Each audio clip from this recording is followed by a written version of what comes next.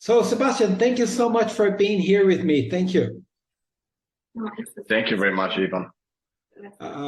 I have just very quick four questions. The first one is, can you please tell me the name of your company and when you started it?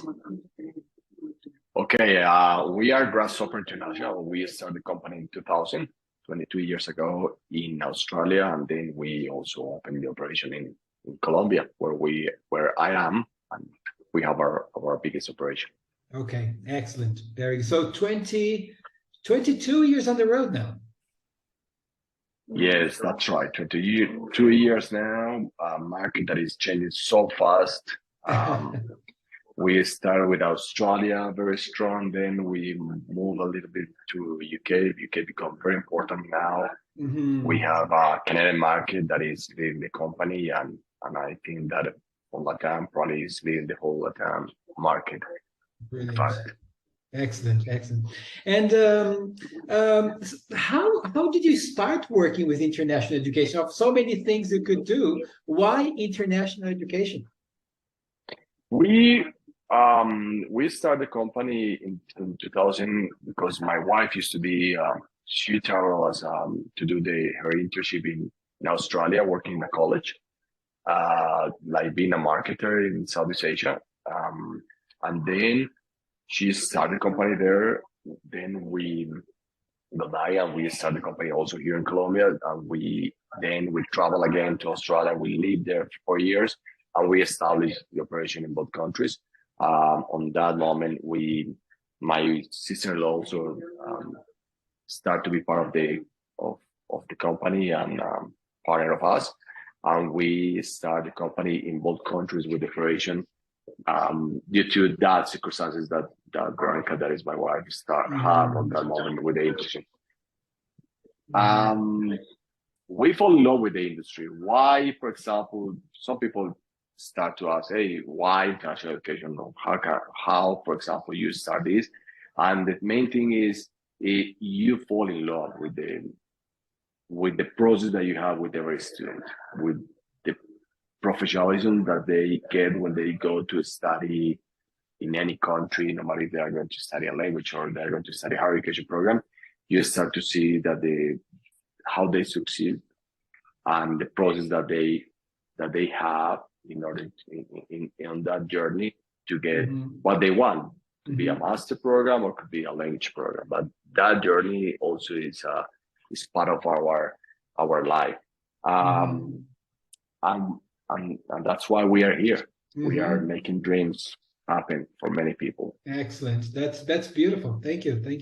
And okay, so you've been on the road for 22 years. Lots of things have changed. And how do you see the future of international education in your country? I can tell you that it's not just my country. I will explain you about Latam. I think that we are starting something that is a trend that is going to last probably 10 years or more. And what is happening is students from middle to up class, they are starting to compare local education or international education. And what is happening is the cost of study in Mexico or in Colombia or in Peru, or the cost of a semester or a year program, the tuition cost is becoming so high that sometimes you can compare with other countries and with the discounts and the scholarships that you can get from those countries. So in the future, what I see is what I can see more students studying or wanting to study in overseas, and of course that English is part of that, or any language. Why? Because if you don't have the language, you need to complete or fulfill the requirement, the level of that language that you are going to use on your higher education program. So the higher education industry is also going to be very important for the language industry. What I see that is a big trend is the number of students that just want to study a language program is decreasing. And every day you have more students that want to study language programs, but because they want to study something else. That is important compared with what we used to have in the past. Okay. So you see that more and more students will probably be traveling to stay longer than 4 weeks and 8 weeks. That there's a big shift. Okay. That is, yeah, totally. Okay, excellent.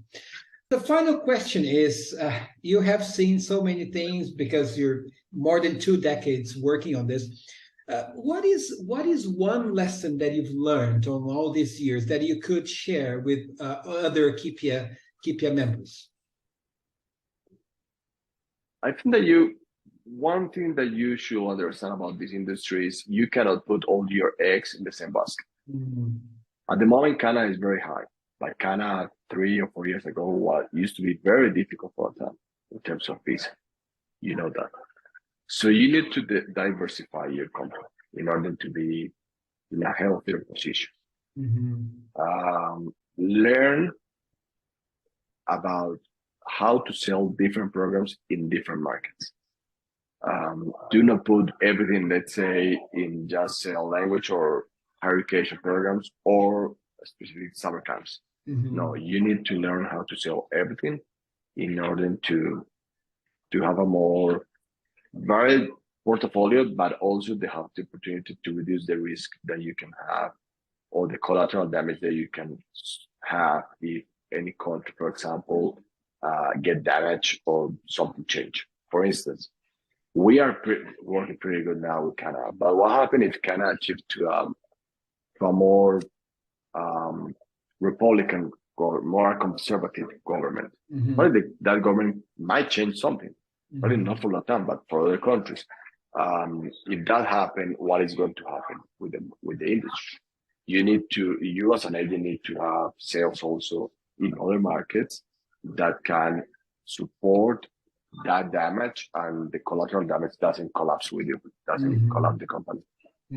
Oh, that's very good advice. Okay. Well, Sebastian, thank you so much for your time. It was great talking to you. It was a wonderful interview. Thank you so much. Hope to see you in person someday in the future as events are starting to happen again. And other than that, I wish you the best of luck in your business and the best of luck with your family and everything. Thank you so much. Thank you, Ivan, and thank you for all your team at CPIEA, and see you next time. Thank you. Take care. Bye-bye. Thank you. You too. Thank you.